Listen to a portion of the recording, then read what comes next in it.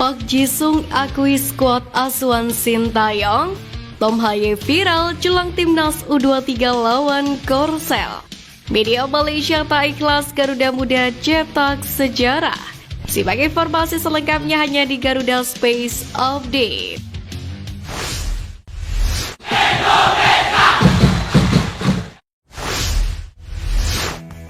Keberhasilan timnas Indonesia U23 menuju perempat final Piala Asia U23 2024 mendapatkan sorotan banyak pihak. Salah satunya datang dari legenda Korea Selatan Park Ji-sung yang turut memuji perkembangan timnas Indonesia di bawah asuhan Sintayong. Walaupun timnas Indonesia selama dilatih Sintayong belum pernah meraih gelar, akan tetapi sudah terlihat banyak perubahan besar yang terjadi pada timnas Indonesia.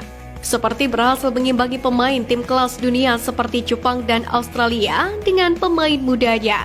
Menurut Park Ji-sung, Sintayong telah berhasil menyiapkan kualitas pemain muda di tubuh timnas Indonesia. Terbukti dari penampilan gemilang para pemain muda di skuad Garuda walaupun bermain di level senior. Media Korea Selatan Export News kaget melihat Sintayong masih bisa tertawa di sesi latihan terakhir timnas Indonesia U23 jelang lawan timnas Korea Selatan U23 di perempat final Piala Asia U23. Dalam liputannya, Export News juga memantau betul gelandang timnas Indonesia U23 Marcelino Ferdinand. Dalam pandangan mereka, kehadiran Marcelino Ferdinand membuat cair sesi latihan skuad Garuda Muda. Sekarang harapannya, para pemain timnas Indonesia U23 tampil rileks. Masuk ke lapangan dalam kondisi rileks bakal membantu para personel skuad Garuda Muda mengeluarkan performa terbaik. Meski sudah mencapai target dari PSSI yakni lolos ke perempat final Piala Asia U23 2024, tak ada salahnya bagi timnas Indonesia U23 untuk menatap tangga yang lebih tinggi. Terlebih skuad asuhan Sintayong tinggal 2 langkah lagi untuk lolos ke Olimpiade Paris 2024.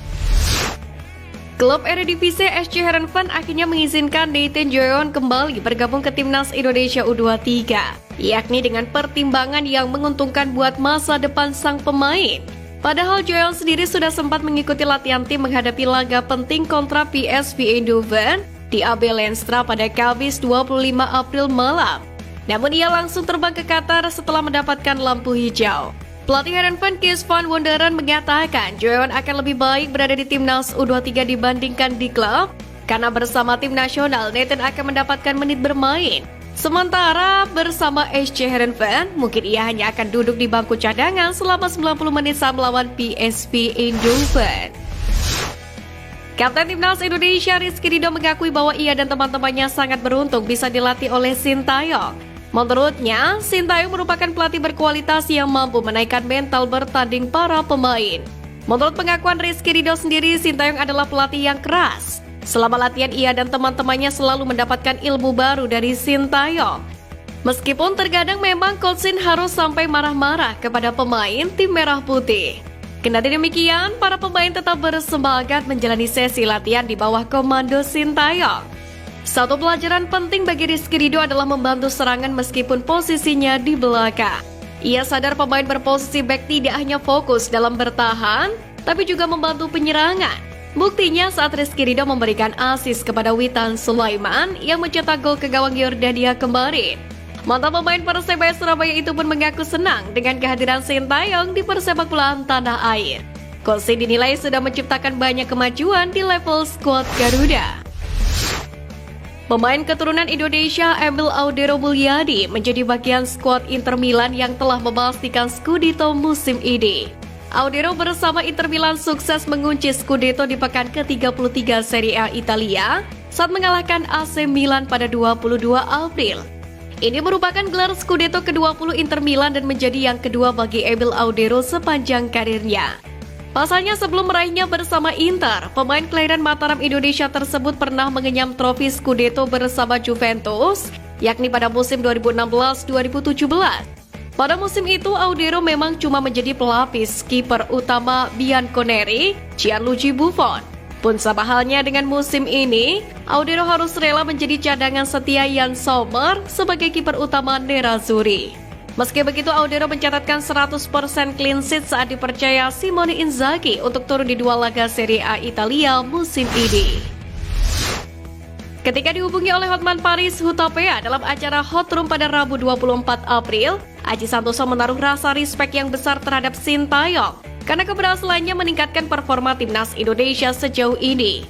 Maka dari itu, Coach Aji Santoso menilai sampai dengan detik ini Sintayong masih menjadi pelatih yang masuk ke dalam kategori sukses.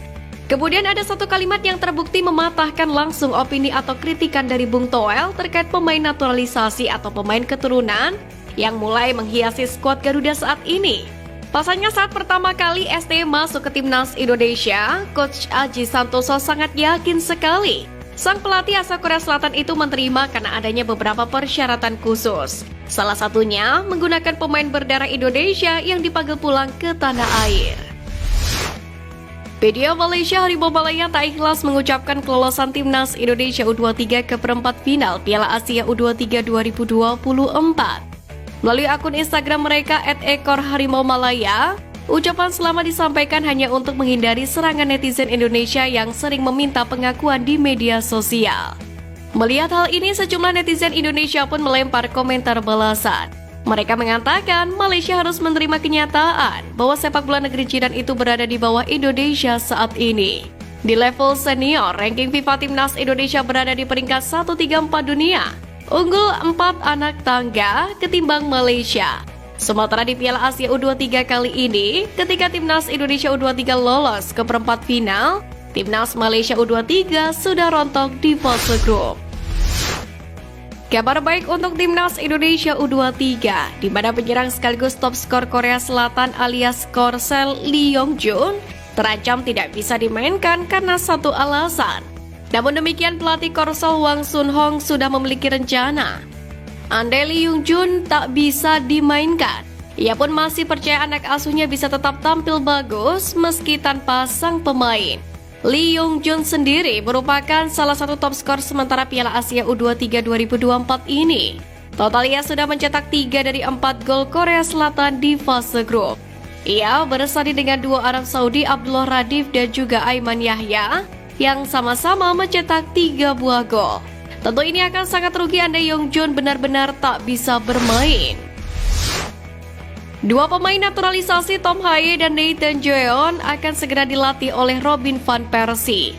Hal itu lantaran Robin van Persie tengah diberitakan sedang melakukan negosiasi bersama SC Heerenveen, klub tempat dua pemain keturunan Indonesia tersebut bernaung. Heerenveen yang saat ini berada di papan tengah Eredivisie Belanda memang tengah mencari pengganti pelatih mereka saat ini, yakni Kees van Wonderen. Sementara itu, Robin van Persie sendiri saat ini masih berstatus sebagai pelatih klub Feyenoord U18. Pemain keturunan timnas Indonesia Ragnar Oratmangun melemparkan candaan ke rekannya di skuad Garuda JIZS. Efek memiliki hubungan yang dekat, Ragnar Oratmangun berkelakar ingin mengajak JIZS lock-in menjadi mu'alaf. Sekedar diketahui, Ragnar Oratmangun dan JIZS pernah membela klub yang sama, yakni Go Ahead Eagles, yang kemudian berpisah setelah satu musim berjibaku di klub yang sama. Setelah tidak satu tim hampir 2 tahun lamanya, kedua pemain keturunan Indonesia ini dipersatukan kembali di skuad Garuda. Kehadiran keduanya pun terbukti sukses mendongkrak performa timnas Indonesia. Karena hubungan yang sangat dekat inilah, Ragnar Oratmangun berani bercanda ingin mengajak JIZS memeluk agama Islam. Candaan ini muncul karena YouTuber asal Indonesia yang biasa mewawancarai pemain keturunan Yusa Nugraha bertanya kepada Ragnar Oratmangun soal agama JIZS. Sekian News Flash kali ini Sobat Garuda, mari terus dukung perjuangan Timnas Indonesia. Nantikan News Flash edition dari Garuda Space selanjutnya. Terima kasih dan salam olahraga.